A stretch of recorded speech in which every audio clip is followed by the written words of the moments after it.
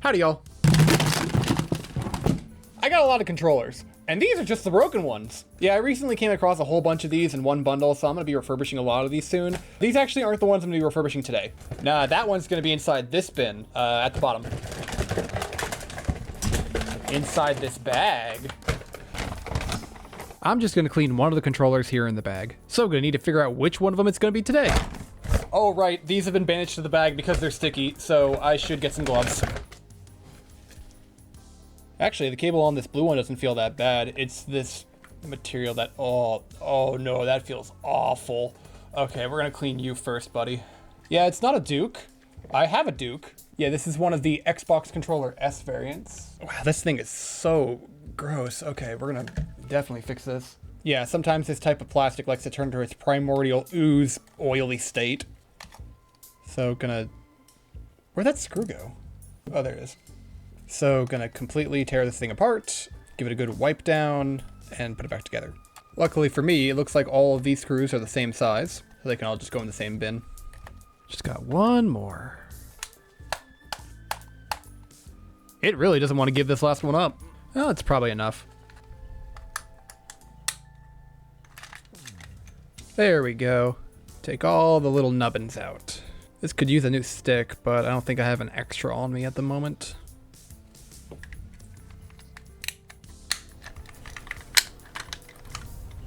Wow, Microsoft really did just decide it wanted to take a plastic peg and put it in the back of this controller here.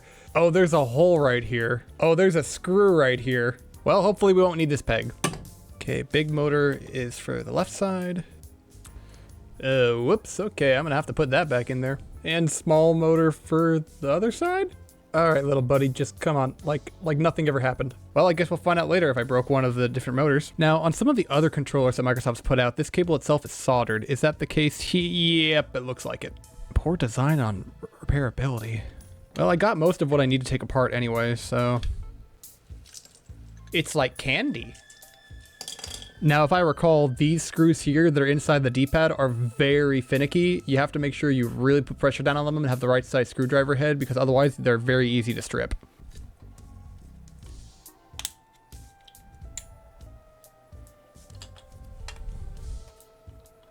Well, I might as well start with this disgusting cable.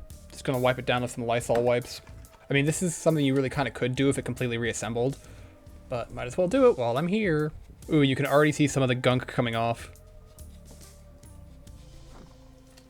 Already, that's starting to feel so much better. Now that that's sufficiently wiped down, time to start getting rid of the other parts of grime that's on this controller. In these crevices here, I tend to like to use a toothpick. Really helps get into the corners. This desk mat's gonna need a wash after this. I don't think there's any saving this sticker, so we're just gonna go take it off. Oh, there's a hole right here. Oh, there's a screw right here. Turns out it actually needed to come off. I guess you could remove the motherboard then without having to break this peg. Oh well. Still though, I hate it whenever they put screws beneath stickers because you won't be able to fix that. It's like when companies use adhesive in order to put their stuff together. It's like, I don't want to have to buy new adhesive every time I go and repair something. If I have the tools, maintenance shouldn't cost anything. Okay, this is starting to get a little gross. Just a little bit of 99% isopropyl alcohol. I'm gonna put these things in some hot water in a little bit, but I just want to use some of this to get some of the initial stuff off. This will also help with any residue left over from like sticker gunk. Okay, warm water. Time for a bath. Get y'all in there too, buddies.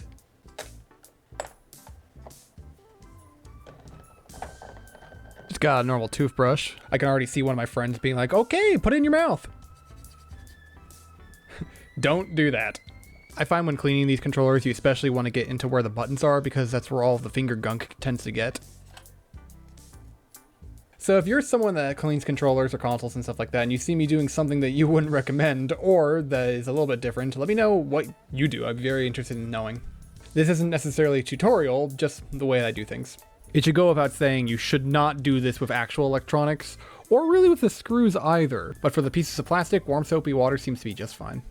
Now for the stuff that's still attached to the board itself, like the triggers and stuff, I'm going to have to take some isopropyl alcohol to it and do a little bit of a rub down with some Q-tips. Okay, I think that's sufficiently scrubbed down. I'm going to go rinse this out, let it dry, and then in a couple hours I'll come back and reassemble this controller.